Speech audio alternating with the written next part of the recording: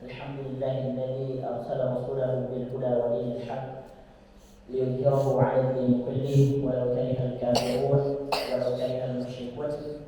أشهد أن لا إله إلا الله وأشهد أن محمدا عبده ورسوله. أما بعد. Bersyukur kita kepada Allah Subhanahu wa taala, teman-teman, karena pada malam hari ini kita semua diberikan kesempatan oleh Allah Subhanahu wa taala untuk berkumpul mempelajari Al-Qur'an bersama-sama, yang dimana ketika kita berkumpul seperti ini, teman-teman, malaikat sedang berada di sisi kita untuk mencatat amal-amal kebaikan kita semua. Sehingga teman-teman dikatakan ketika sedang bermajelis, entah itu bermajelis untuk belajar Al-Quran dan itu tentang agama Allah Subhanahu wa taala, maka perbanyak doa di majelis tersebut. Usahakan perbanyak doa, mendoakan teman-teman, mendoakan siapa saja. Karena ketika kita mendoakan teman kita pada saat bermajelis seperti ini, malaikat akan mengaminkan doa-doa kita semua.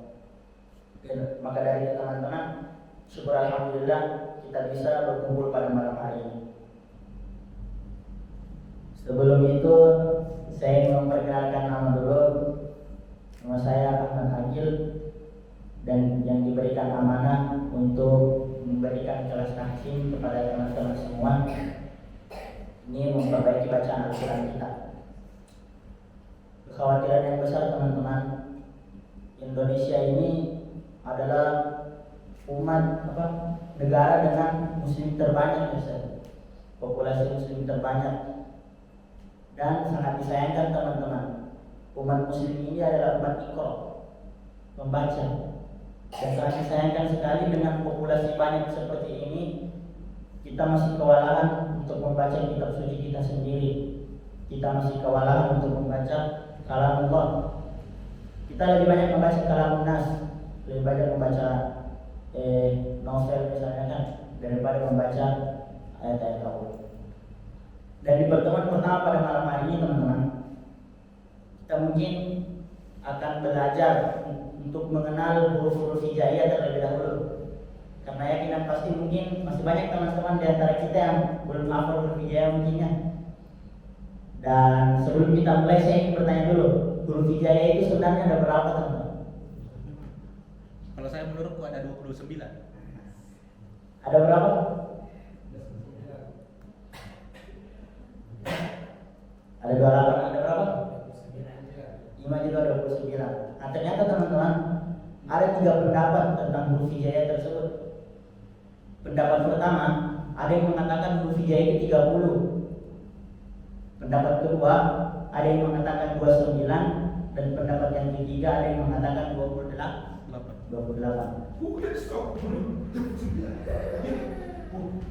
Nah, yang 30 ini, kenapa mereka bilang 30? Karena mereka memasukkan lam alif sama huruf hamzah, sehingga menjadi 30 huruf hijaiyah. Pendapat yang kedua, dia hanya memasukkan lam alif sebagai huruf, hamzah tidak dimasukkan ke dalam huruf, sehingga 29. Dan yang pendapat ke-28 ini, dia tidak masukkan lam alif dan hamzah itu sebagai huruf hijaiyah. Tetapi ulama lebih banyak mengatakan 29. Lebih banyaknya itu yang mengatakan. Sebelum kita mulai, teman-teman, bagaimana kabarnya pada malam hari ini? Alhamdulillah. Pada pertemuan kali ini kita akan mengenal terlebih dahulu huruf hijaiyah. Dan mungkin kalau waktu kita SD hafal semua huruf hijaiyah, toh? Nah, kita semua sudah hafal apa yang dimaksud dengan huruf hijaiyah. Saya akan tunjukkan huruf hijaiyah itu, teman-teman. Pada malam hari ini mungkin pertama-tama kita akan memperbaiki setiap bacaan dari huruf hijaiyah kita. Oke, teman-teman, siap? Siap untuk bernyanyi pada malam hari ini? Siap. Kita mulai dari huruf pertama, huruf alif. Oke, teman-teman, sebelum kita mulai, saya mau tes dulu hafalan huruf hijaiyah kita semua. Nah, sebelum mulai, supaya hafalan huruf hijaiyah kita gampang diingat kembali, kan kita pada masa kecil pernah nonton Upin Ipin kan semua. Nah, kita semua pernah nonton Upin Ipin kan?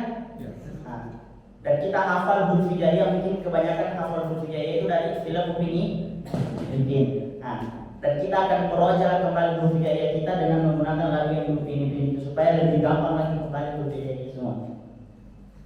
Mulai dari saya, baru teman-teman harus bersama-sama. Alif ba ta tha jim ha kha. Satu dua tiga. Alif ba ta tha jim ha kha. Sekali lagi. Alif ba ta tha jim ha kha. Dal za ra za sin shin sad. Dal za ra za sin shin sad. Dal za ra za sin shin sad. Dal za ra za sin shin sad. Dha ta dha ain ghain fa qaf. Dha ta dha ain ghain fa qaf. Kaf lam mim nun waw ha lam alif hamzah ya. Coba ulang. Dari awal, dari atas, kita dari mulai dari atas. 1 2 3. Alif ba ta tha jim ha kha. Dal za ra za sin shin sad. Dha ta dha ain ghain fa qaf. Kaf lam mim nun waw ha lam alif hamzah ya. Sudah kembali semua huruf hijaiyahnya? Mau saya tes satu-satu? Nah, kita ulang sekali lagi, baru saya tes satu-satu ya. Dibandingnya baik. 1 2 kita ulang sama. 1 2 3. Alif ba ta tha jim ha kha.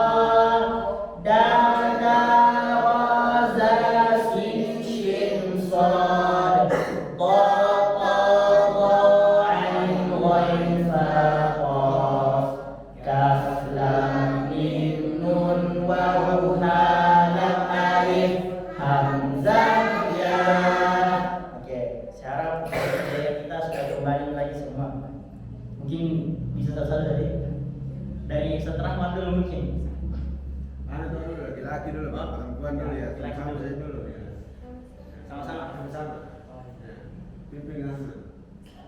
Alif ba ta tha jim ha kha.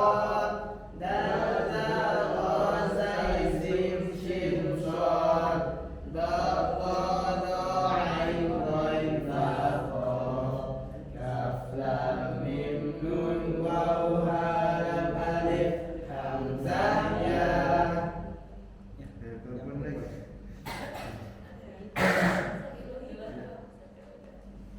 Alif ba ta tha jim ha kha. Dal zal ra zai sin shin sad. Dha ta dha ain ghain fa qaf. Kaf lam mim nun waw ha lam alif hamzah ya.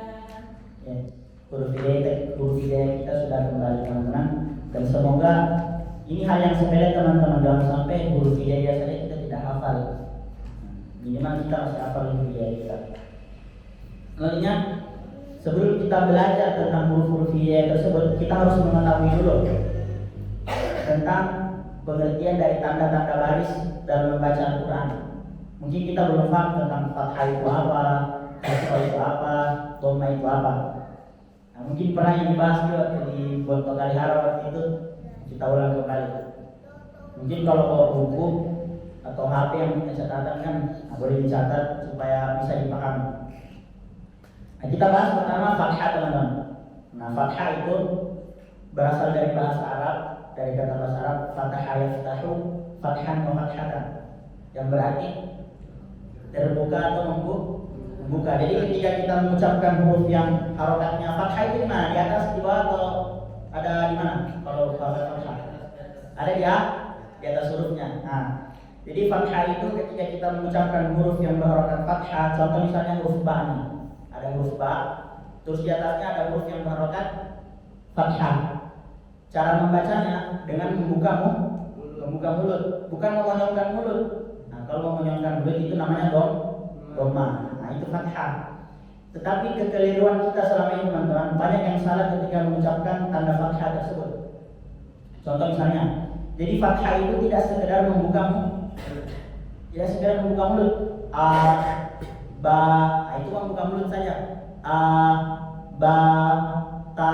Tetapi ketika mengucapkan harokat fathah disertai sedikit senyuman, kayak a, ba, bukan a, ba. Nah, itu kesalahan yang seringkali kita sepelekan teman-teman. Jadi membuka mulut di sini dimaksudkan bukan yang membuka a, ba, ta, tetapi diberikan sedikit kayak sumringah, kayak ada senyuman tapi sedikit saja. Karena kalau dia sampai sumringah jatuhnya jadi kasroh. Nah, paham pengertian fathah teman-teman? Nah, jadi fathah itu artinya terbuka atau membuka, melafalkan hurufnya dengan cara mulut dibuka, tapi bukan yang dibuka sekedar dibuka saja. Dia diberikan sedikit senyuman agar fathahnya itu terdengar dengan jelas dan terang.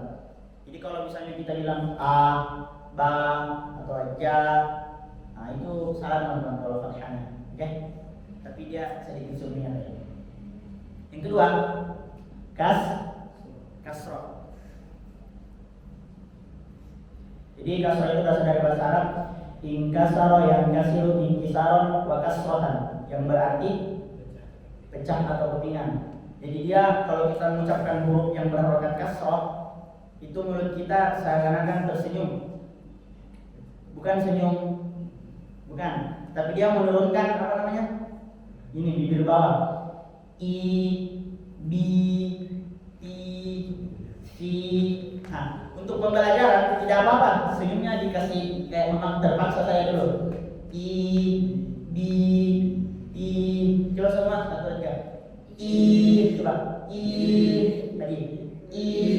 Nah, sehingga teman-teman, karena banyak orang yang tidak ingin membuat kasrohnya tidak diperjelas, sehingga ketika membaca Al-Quran seperti orang yang berkumur-kumur. Nah, itu harus dihindari teman-teman.